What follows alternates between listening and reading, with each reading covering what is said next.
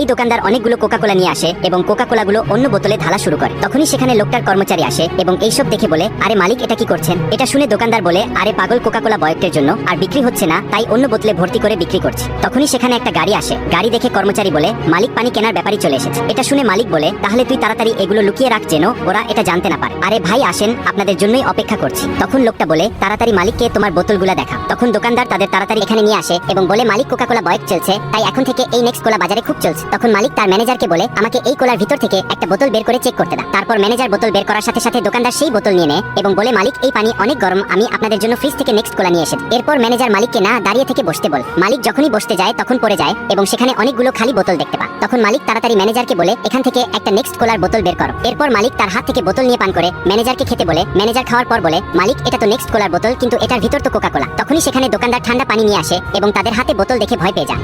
এটা শুনে ম্যানেজার বলে, মালিক না দাঁড়িয়ে থেকে